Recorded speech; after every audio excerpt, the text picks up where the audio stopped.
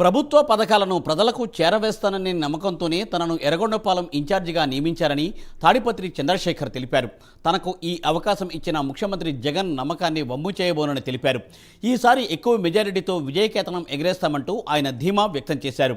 Veligonda project పూర్తి చేసేది YCP ప్రభుత్వం మాత్రమేనని హామీ ఇచ్చారు. నియోజకవర్గంలో ఉన్న సమస్యలను తన దృష్టికి తీసుకువస్తే పరిష్కరిస్తానని తాడిపత్రి చంద్రశేఖర్ స్పష్టం చేశారు. వైఎస్ఆర్ కాంగ్రెస్ పార్టీ మేమంతా ఒకటే అనేటటువంటి బలమైన నాయకత్వం కలిగి ఉన్నటువంటి పార్టీ.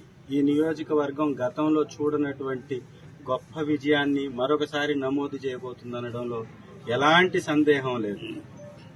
దాదాపుగా 2 లక్షల మంది ఓటర్లు, 2,04,000 మంది ఓటర్లు ఉన్నటువంటి ఈ నియోజకవర్గంలో 1,84,000 ఓటర్లకి పథకాలు అందించినటువంటి మా ప్రభుత్వాన్ని నిందిస్తున్నటువంటి ప్రతిపక్షాలు వారి ప్రభుత్వం హయాంలో చేసినటువంటి మంచేంటో మేలేంటో పత్రికల ద్వారా, మీడియా వ్యవస్థల ద్వారా వివరిస్తే బాగుంటుంది తప్ప తప్పుడు కథనాలతోటి అబద్దాలనే అక్షరాలుగా అచ్చువేస్తూ ప్రతిరోజు నిత్యం విషం చిమ్మేటటువంటి ప్రయత్నం చేయడం అనేది ఇది సమాజానికి మంచి పద్ధతి కాదనేది వారు గమనించాలి.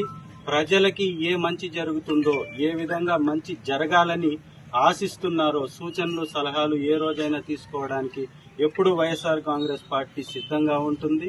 వైఎస్ఆర్ కాంగ్రెస్ పార్టీ ప్రతినిధిగా మేమందరం కూడా సిద్ధంగా ఉంటామనేది మరొక సందర్భంలో కూడా